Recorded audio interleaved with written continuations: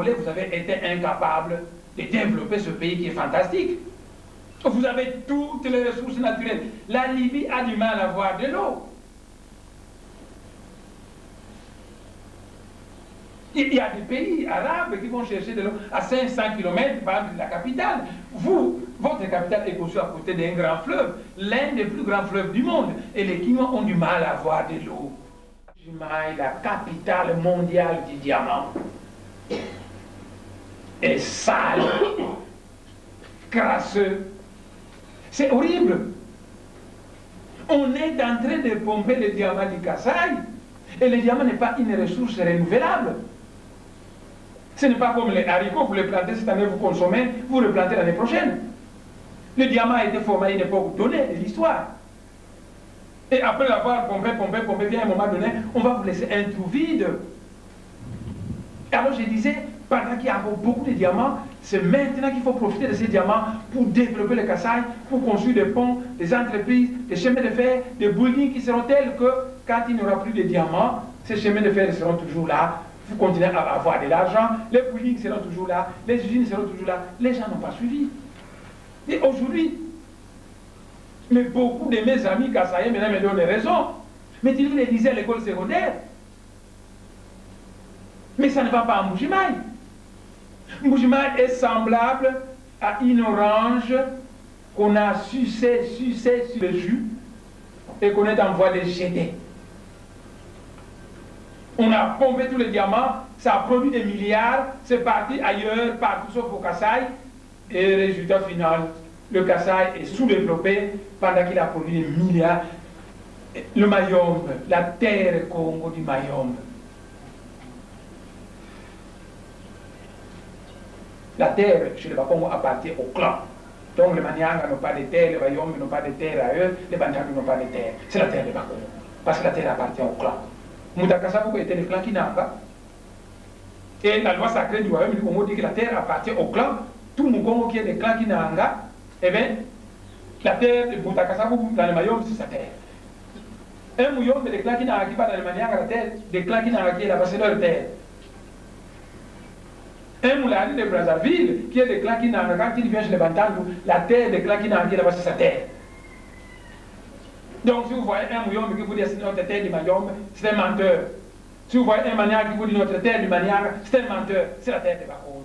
Et tous les Bakongo sont répartis dans des clans. Et ces clans sont répartis dans toutes les régions. Et la loi sacrée du royaume a dit la terre appartient au clan. Quand vous arrivez dans une région dans laquelle vous venez de parler, vous n'avez qu'à dire votre nom, le nom du clan de votre maman et de votre papa. Eh bien, on va vous dire, vous voyez le village là-bas, ce sont les descendants du même clan que ta mère. C'est ta terre, c'est tes cousins, c'est tes frères. Tu vois là-bas, ce sont les descendants de ton père. Eh bien, notre terre Congo du Mayombe, mais c'était une forêt équatoriale fantastique. Des étrangers sont venus, ils ont exploité à outrance, à tel point qu'aujourd'hui, la forêt a disparu dans le Mayombe. Le Mayombe est en voie de désertification. Ça a produit des milliards et ça a profité à d'autres. Actuellement, les gens vont maintenant dans l'Équateur, où il y a des forêts fantastiques. Et on a déjà commencé à saccager cette forêt équatoriale. Ça va produire des milliards qui vont aller dans les poches de tout le monde, sauf des Congolais. Et plus tard, les forêts vont disparaître.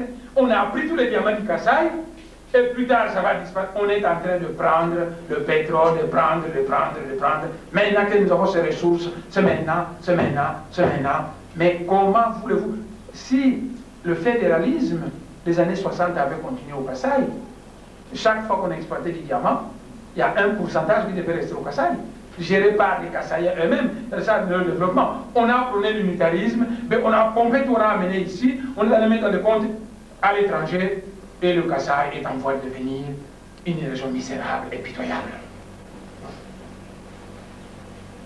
Nous entrons au chapitre 3. Je vous ai démontré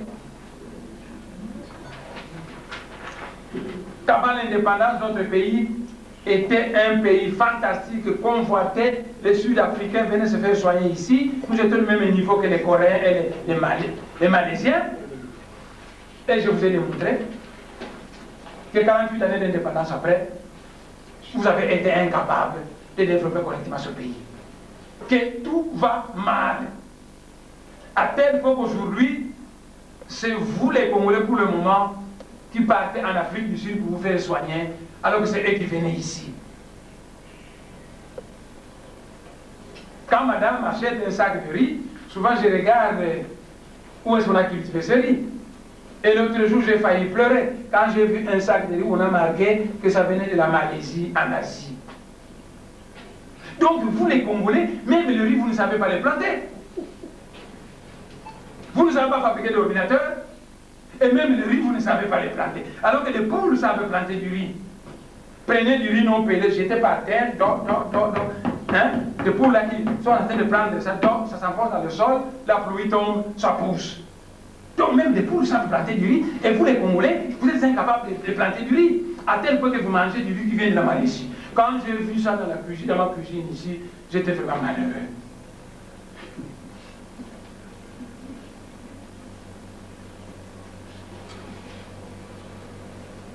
Je vous ai dit qu'aux années 59-60, notre pays était au même niveau que la Corée.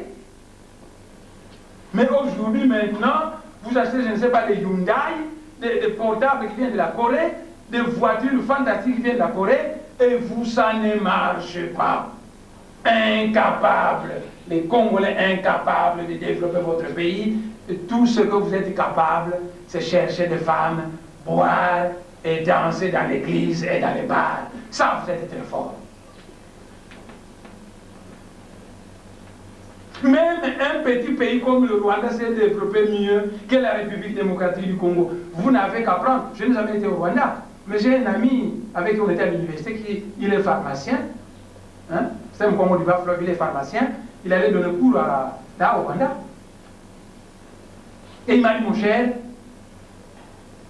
nous devons absolument tout faire pour développer le Congo central.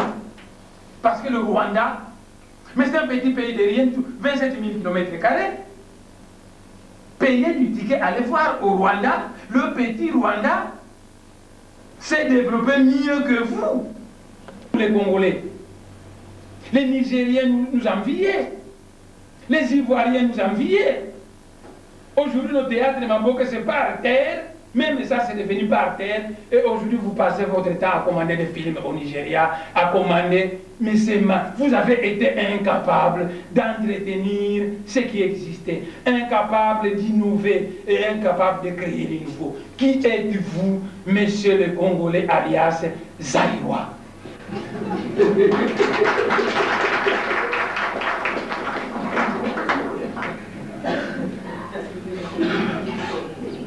Au Brésil, le pays est trop grand. Rio de Janeiro, la capitale, était au bord de l'océan Atlantique. On a trouvé que c'était désavantageux. La capitale, c'est le centre le plus rayonnant d'une civilisation d'un pays.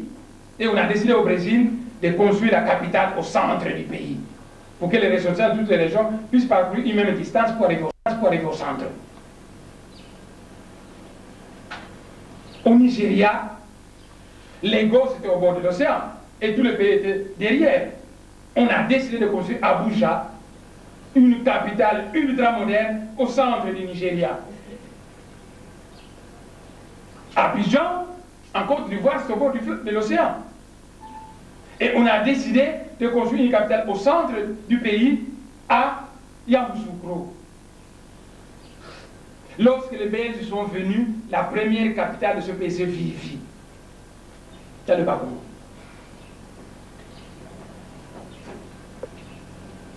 Et après, on a transité, on est venu à Kinshasa. Mais les Belges disaient que nous sommes de passage. Et vers les années 50 et quelques, on commençait déjà d'aménager l'Oulouabourg, l'actuel Kananga. Parce qu'on devrait transférer la capitale de ce pays à Kananga. Pendant un temps, et à la fin des comptes, on devait construire la capitale définitive à Lodja, dans les environs de Lodja, qui est le centre du pays.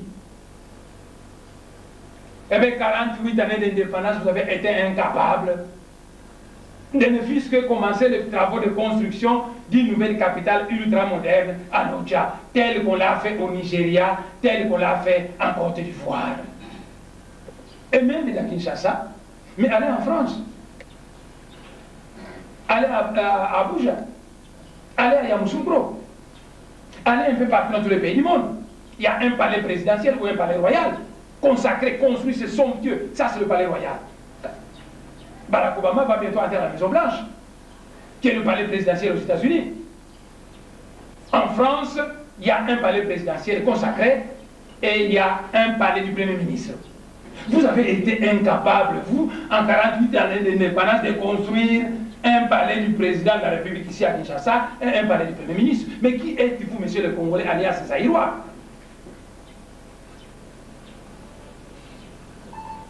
Incapable.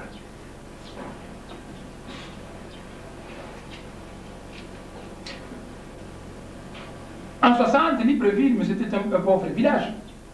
Si vous voyez les efforts qui sont faits actuellement à Libreville par rapport à ce que vous avez fait ici, c'est horrible. La Côte d'Ivoire, mais tous les petits pays, la Côte d'Ivoire c'est un petit pays de rien du tout. Elle s'est mieux développée. La richesse de la Côte d'Ivoire, vous le savez, c'est le café et le cacao. Oh, le café et le cacao. La Côte d'Ivoire est le 4e producteur mondial du café et du cacao. C'est grâce au café et au cacao qu'on a la Malaisie. Mais la Malaisie s'est développée avec l'huile de palme. Donc on est venu prendre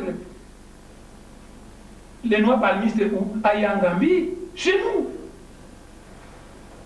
C'est là qu'ils sont venus prendre les palmistes améliorés, qui sont allés planter et actuellement aller voir la Malaisie.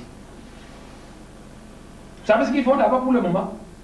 Ils ont fait l'inventaire des gratte-ciel les plus hauts du monde. Ils arrivent, quel est le gratte-ciel le plus haut? Ils mesurent combien? 800 mètres. Et ils construisent de 900 mètres. Quel est ceci de plus bas? La Malaisie, ressource, l'huile de palme. Et vous qui avez le diamant, le coltan, le pétrole, tout, vous avez été incapable, incapable, incapable. Qu'est-ce qu'il faut faire maintenant pour sauver la situation?